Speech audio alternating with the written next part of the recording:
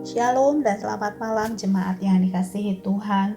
Mengucap syukur kepada Bapa kita di sorga.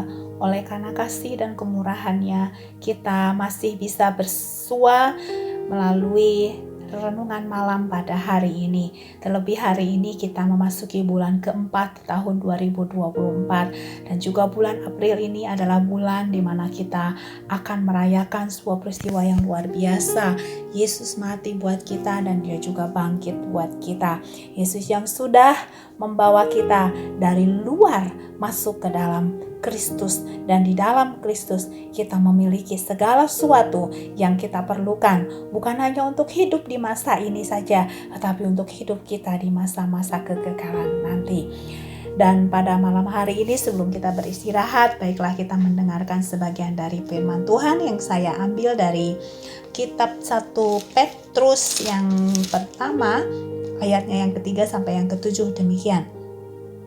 Terpujilah Allah dan Bapa Tuhan kita Yesus Kristus, yang karena rahmat-Nya yang besar telah melahirkan kita kembali oleh kebangkitan Yesus Kristus dari antara orang mati, kepada suatu hidup yang penuh pengharapan, untuk menerima suatu bagian yang tidak dapat binasa, yang tidak dapat cemar dan yang tidak dapat layu, yang tersimpan di sorga bagi kamu, yaitu kamu yang dipelihara dalam kekuatan Allah, karena imanmu, sementara kamu menantikan keselamatan yang telah tersedia untuk dinyatakan pada akhir zaman. Bergembiralah akan hal itu, sekalipun sekarang ini kamu seketika harus berduka cita oleh berbagai-bagai pencobaan. Maksud semuanya itu ialah untuk membuktikan kemurnian imanmu yang jauh lebih tinggi nilainya daripada emas yang fana, yang diuji kemurniannya dengan api, sehingga kamu memperoleh puji-pujian dan kemuliaan dan kehormatan pada hari Yesus Kristus menyatakan dirinya. Kiranya bagian firman Tuhan ini menjadi sebuah penghiburan sekaligus pengharapan bagi kita.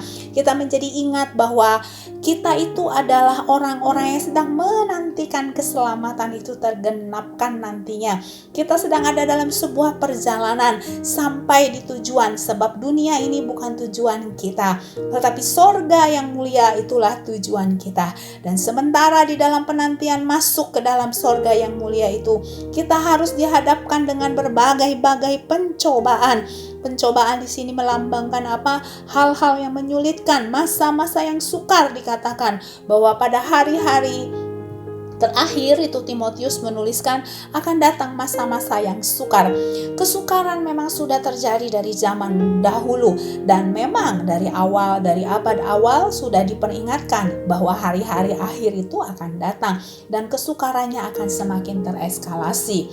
Bapak Ibu, hari-hari ini bukankah kesukaran itu semakin nyata sepertinya di ambang mata kita? Belum selesai, kasus COVID masih ada, kita sudah mendengar perang, kita sudah harus mengalami berbagai kelangkaan, masalah ini, masalah itu, macam-macam harus kita hadapi.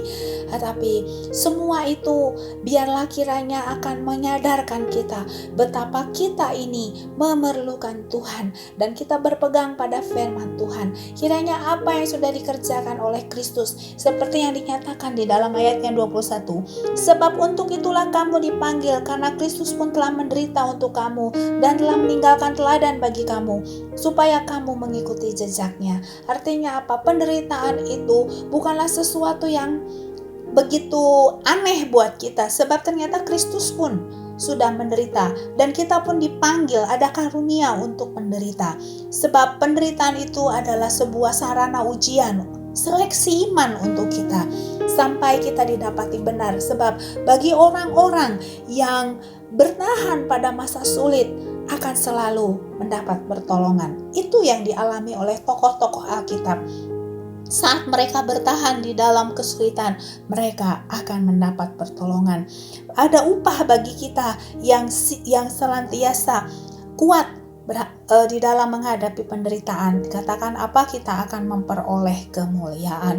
Oleh sebab itu Bapak Ibu, kesulitan, tantangan, penderitaan, pencobaan apapun yang engkau sedang hadapi, biarlah engkau terus berharap. Bacalah firman ini, kuatkan imanmu, sehingga apa?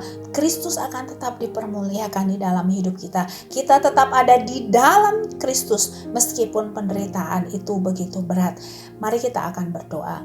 Bapa di dalam surga, kami mengucap syukur karena Engkau membawa kami masuk di dalam Kristus, sehingga kami menjadi milik-Mu sepenuhnya. Kami tahu Tuhan, di dalam penantian kami akan penggenapan janji-Mu harus menghadapi berbagai-bagai tantangan. Biarlah Roh-Mu yang kuat itu menolong kami kuat, sehingga didapati kami tetap beriman kepada Engkau. Kami sebentar beristirahat di dalam kasih dan kemurahan Tuhan. Terima kasih Tuhan Yesus, dalam nama-Mu kami berdoa. Amin.